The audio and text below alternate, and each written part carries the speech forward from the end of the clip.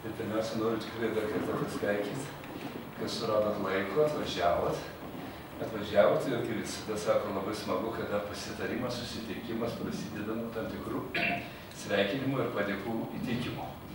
Tai jeigu jūs neprieštarausit, aš kaip tik ir norėčiau teikti patiką gerbiamajam Vytautui Miškauskui. Tikrai norėčiau palinkėti stiprybės, kaip sakyt, kad ta meilė, kuri jūsų viduje yra susikaupusi ir kurią jūs spinduliuojate ir perduodat visiems tautiečiams ir tiems žmonėms, kurie suka aplink jūs.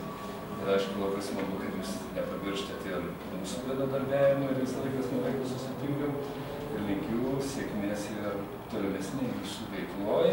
Atsidėkodami norėtum jums įteikti darbelius. Čia yra darbeliai mūsų krašto žmonių, čia yra ponios Elės Grigutienės darbelis toks.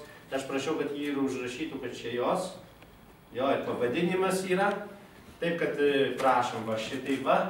Ir čia mūsų etninės kultūros draugijos turi savo vietą, irgi iš bendro projekto Lietuva-Lenkija, kur susirinka ir audėjai, ir medžio drožėjai, ir užsiima ir su jaunimu bendrauja ir viskas. Tai čia jų darbelis, kur yra užrašyta Punskas. Ačiū Jums.